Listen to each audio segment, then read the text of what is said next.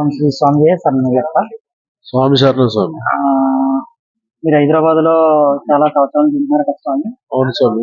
మొన్న రీసెంట్ గా జరిగిన పరిణామాల్లో రేవంత్ రెడ్డి గారు తెలంగాణ ముఖ్యమంత్రిగా ప్రమాణ స్వీకారం చేశారు. అవును అది అందరికీ తెలిసిన విషయమే. అవును స్వామి. తెలుగుదేశం పార్టీ చాలా బలంగా ఉండగా అందరు నాయకులు కూడా బీఆర్ఎస్ లో జాయిన్ అయిపోయి మంత్రి పదవులు సంపాదించారు. అవును చాలా పెద్ద పెద్ద నాయకులు ఎర్రబెల్లి గారు, కడియం సిఆర్ గారు, చాలా మంది ఉన్నారు అలాంటి నాయకులు అందరూ కూడా. అవును స్వామి. కానీ ఒక్క రేవంత్ రెడ్డి మాత్రమే ఒక మంత్రి పదవి కూడా ఏమి ఆశించకుండా అవును ఫైట్ చేసి చివరి మంత్రి పదవి చేపట్టుకున్నా డైరెక్ట్ గా ముఖ్యమంత్రి అయిపోయారు ఈయన. అవును స్వామి. అది ఆయన అదృష్టమనాలో ఏమన్నారో తెలియదు, ఆయన బయట తత్వం బయటపడ్డది.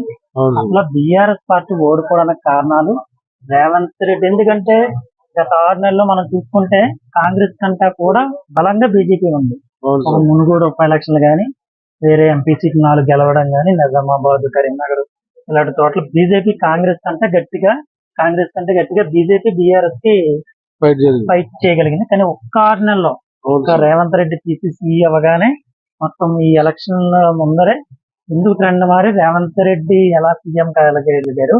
అలాగే మీరు ట్రెండ్ చూసుకుంటే అవును మనకి హైదరాబాద్ లో సెటిలర్ అవును అందరూ కూడా సపోర్ట్ బీఆర్ఎస్ ఇచ్చినట్టు తెలుస్తుంది. అవును హైదరాబాద్, మెదక్, రంగారెడ్డి కూడా మన బీఆర్ఎస్ పార్టీ ఎక్కువ నెగ్గింది. అవును ఒక రూరల్ ఏరియాలో మాత్రమే కాంగ్రెస్ నెగ్గి సీట్లు నిలబెట్టుకోగలిగింది. అవును మెజార్టీ ఆఫ్ ది సెటిలర్స్ ఉన్న చోట ఒక కేటీఆర్ గారు కూడా సెటిలర్స్ వ్యతిరేకంగా అందరూ ప్రజల మీద వ్యతిరేక కామెంట్ చేసినా సరే సెటిలర్స్ అందరూ కూడా బీఆర్ఎస్ సపోర్ట్ చేయడం ఏంటి, రేవంత్ రెడ్డి ఎలా సీఎం అయ్యారు, కేసీఆర్ గారు ఎందుకు వెనకబడిపోయారు, అన్ని సంక్షేమ పథకాలు ఇచ్చినా కూడా అవును ఇప్పుడు దాని పరిణామం మన ఆంధ్రాలో చాలా తీవ్రంగా చూస్తున్నారు. ఉన్న అవును. సిట్టింగ్లు కూడా చాలా మంది రీసెంట్ గా 13, 11 మార్చారు. దీని మీద అసలు మీ విశ్లేషణ ఏంటి అని ఒకసారి.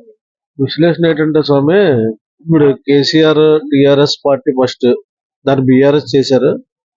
ఆ, కానీ కేసీఆర్ గారు బాగానే డెవలప్ చేశారు, బాగుందంతా. ఇక్కడ ఎక్కడొచ్చిందంటే కేసీఆర్ గారు చేసిన ఒక మిస్టేక్ ఏంటంటే, ఆయన తెలంగాణ ఉద్యమంలో ఎవరైతే మెయిన్ లీడర్స్ ఉన్నారో ఫస్ట్ వాళ్ళకి పెద్ద ప్రాధాన్యత ఇవ్వలేదు. అది ఎప్పటి నుంచో ఉంది. తర్వాత ఆయన కూడా ఫస్ట్ ఒక దళితుడిని ముఖ్యమంత్రిగా చేస్తారని చెప్పాడు, అది కూడా అన్నట్టు చేయలేదు. తర్వాత ఇంకొకటి ఏంటంటే జనాల్లోకి ఇప్పుడు చాలా మంది లీడర్స్ కొత్తగా వస్తారు. రేవంత్ రెడ్డి ఏంటంటే ఒక మాస్ లీడర్. ఆయన జనాల్లోకి తీసుకెళ్లిన విధానం ఏంటంటే కేసీఆర్ మీద వ్యతిరేకతను క్యాష్ చేసుకున్నాడు ఆయన. కుటుంబ రాజకీయాలు, తెలంగాణ నాయకులను పక్కన పెట్టడం, ఈయన వాక్చాతుర్యం ప్లస్ ఇవన్నీ ఓ రకంగా కలిసి వచ్చాయి. సిటీలో ఏంటంటే ఎడ్యుకేటెడ్ పీపుల్స్ ఎక్కువ ఉంటారు కాబట్టి మాక్సిమం మీరు అన్నట్టు డెవలప్మెంట్ బాగా చేశాడు ఇటు కేసీఆర్ కూడా. అందులో ఎక్కువగా సిటీ ఏరియాలో అంతా మనకి టీఆర్ఎస్ ఎక్కువగా, అంటే ప్రజెంట్ బీఆర్ఎస్ ఎక్కువ సీట్లు వచ్చాయి.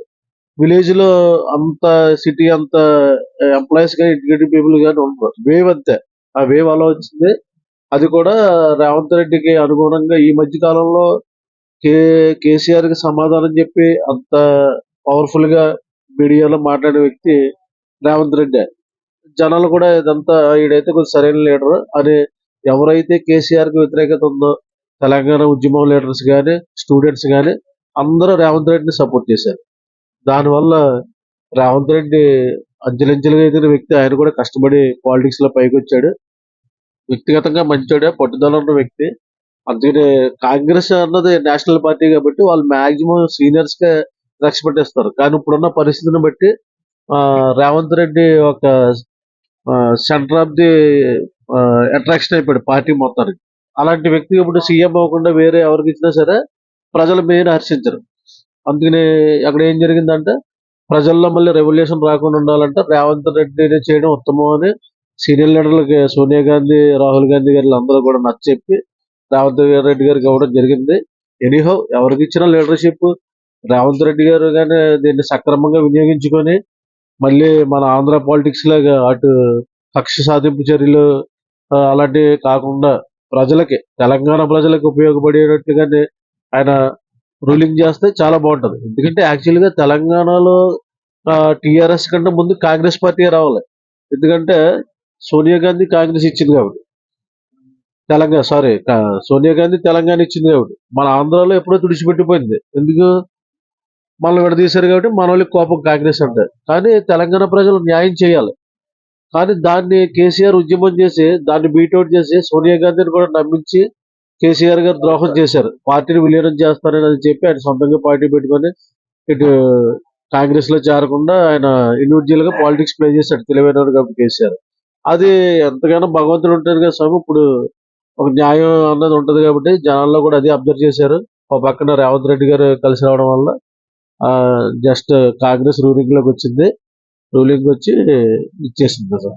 అంతకంటే ఏమీ లేదు. రేపు పొద్దున్న ఆంధ్రాలో కూడా జరిగే చేంజింగ్ కూడా ఇలాగే ఉంటది మాక్సిమం. ఎందుకంటే అక్కడ కూడా ప్రజలు ఇక్కడ ఇంకా పర్వాలేదు, కేసీఆర్ గారు బాగా డెవలప్ చేశారు. చేసినా సరే అసమ్మతి ఉంది. అక్కడైతే ఏమి డెవలప్ చేయకుండా మళ్ళీ రాజ్యాధికారంలోకి వద్దామని జగన్మోహన్ రెడ్డి గారు అనుకుంటున్నారు. అది ఎట్టి పరిస్థితుల్లో జరగదు. ప్రజలు ఈసారి తెలుసుకున్నారు గత 10 సంవత్సరాలుగా ఏం జరుగుతుందో.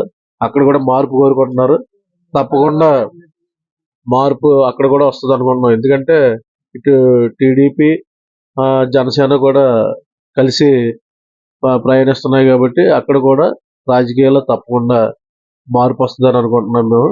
ఇది జరగబోయే విషయం ఇది. Okay, thank you Swami. Swami sir. సరే.